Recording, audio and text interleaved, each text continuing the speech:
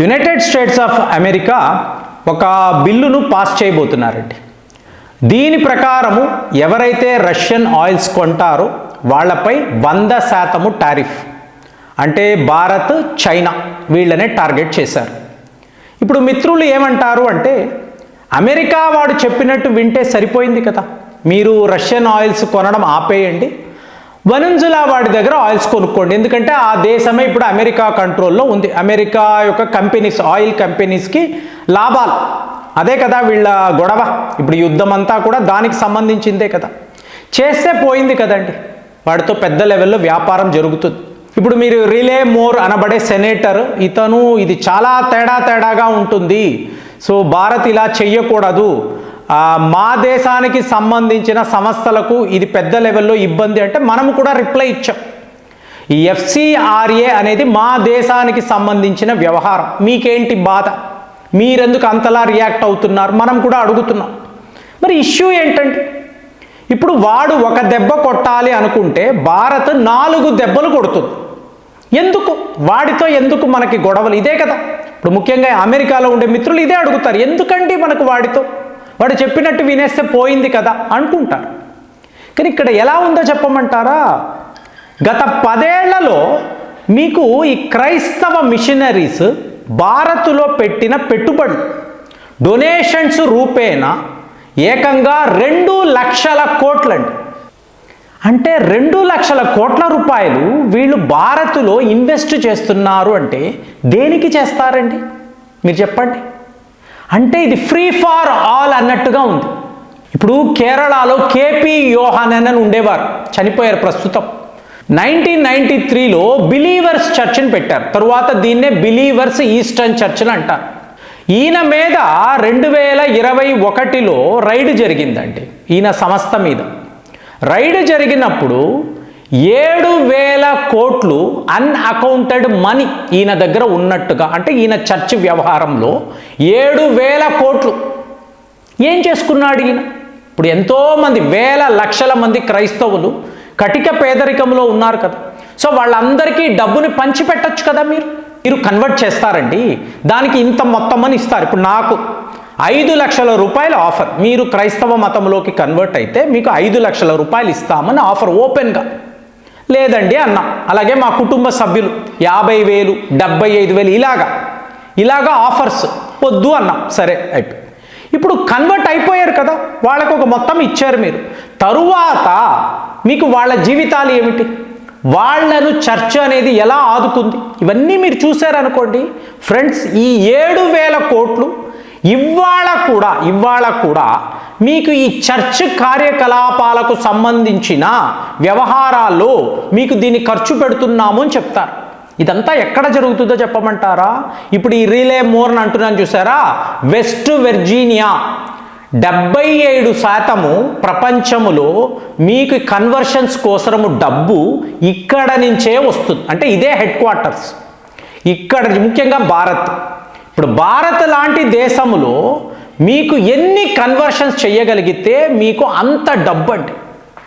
So ఒక్కసారిగా FCRA అని వీళ్ళు అన్నారు, దగ్గర 20,000 NGOస్ని వీళ్ళు ఆపేశారు, చిన్న వాళ్ళు, కానీ వాళ్ళ దగ్గర మీకు 1,000 కోట్లు డబ్బులు ఉండడం ఇది కరెక్ట్ కాదు కదా.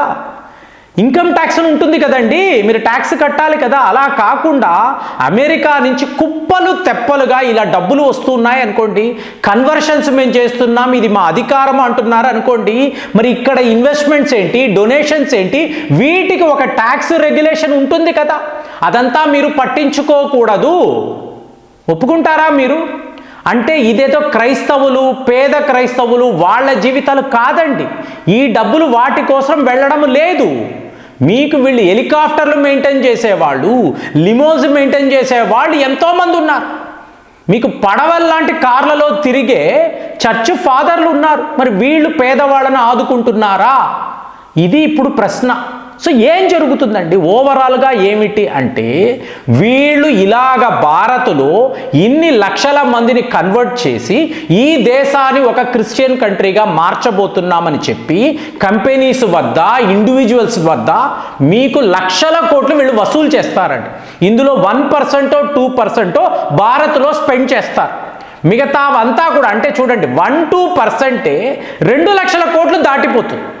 సో అలాంటిది ఇప్పుడు వీళ్ళు ఇంతలాగా డబ్బుల్ని పంపు చేసి రాష్ట్రాలను మేము కన్వర్ట్ చేసేస్తాము అంటే సెంట్రల్ గవర్నమెంట్ అడగకూడదు, ఇందులో తలదూర్చకూడదు, వాళ్ళ ఇష్టానుసారం విడిచిపెట్టాలి అంటే ఇప్పుడు మరి 7 సిస్టర్ స్టేట్స్, మీకు నార్త్ ఈస్ట్ స్టేట్స్ ఇక్కడ ఏం జరుగుతుందండి?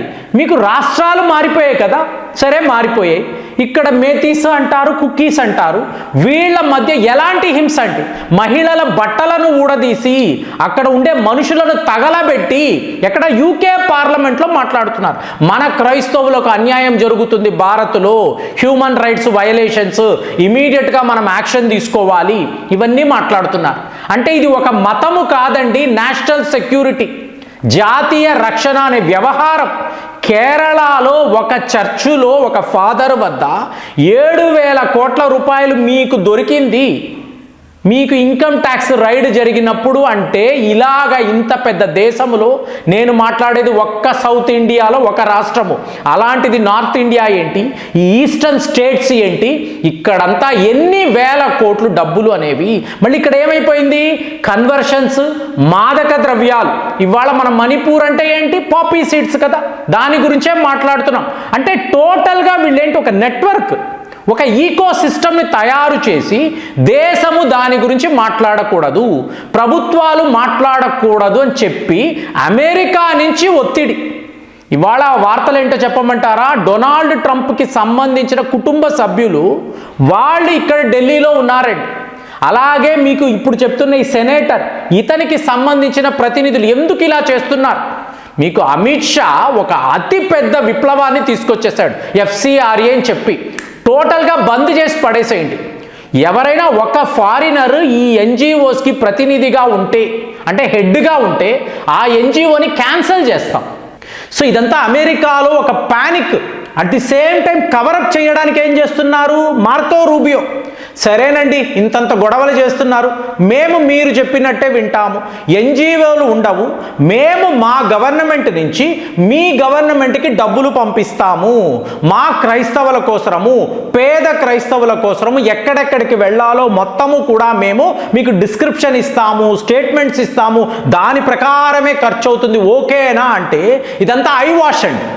మార్కో రూబియో కవరప్ చేయడానికి ఇది మాట్లాడుతున్నాడు. కానీ మీరు డొనాల్డ్ ట్రంప్ మైండ్ని చూశారనుకోండి, 100% మీ మీద టారిఫ్ విధిస్తాను ఒకవేళ మీరు FCRAని ఇంప్లిమెంట్ చేస్తే. మా చర్చ్ అనేది, ఎందుకంటే డొనాల్డ్ ట్రంప్ అధికారంలో ఉన్నాడు అంటే దానికి మెయిన్ రీజన్ క్యాథలిక్ చర్చ్ అండి, ఆ గ్రూప్స్ అండి. ఇప్పుడు ఇవాళ మార్కో రూబియో ఎక్కడికి వెళ్ళాడు? కల్కట్టా వెళ్ళి క్యాథలిక్ చర్చ్కి సంబంధించిన ఈ ప్రతినిధులతో మాట్లాడి, మేము ఉన్నాం, అమెరికా ఉంది, మీకు ఏం కాదు, మీకు వచ్చే డబ్బులు వస్తూనే ఉంటాయి, మీరు ఈ కన్వర్షన్స్ అనేవి ఆపకండి, మేము చూసుకుంటాము, వాళ్ళని ఏం చెయ్యాలో మేము చేస్తామని చెప్పి ఇన్ని అల్లర్లు వీళ్ళు చేస్తున్నారు. అంటే నేను అనేది వీళ్ళు ఏం చెయ్యాలన్నా, ఏం చేస్తామో అన్నా మనం చూస్తూ ఊరుకోవాలా? ఎందుకు ఊరుకోవాలి? ఒక్కటేనండి, 2 లక్షల కోట్ల రూపాయలు ఇక్కడ భారత్లో ప్రస్తుతము వీళ్ళ చేతుల్లో ఉన్నప్పుడు దీన్ని వీళ్ళు ఏం చేస్తున్నారు? కన్వర్షన్స్ ఆల్రెడీ చేసేసారు, కొత్తగా చేయడానికి చాలా ఆంక్షలు ఉన్నాయి.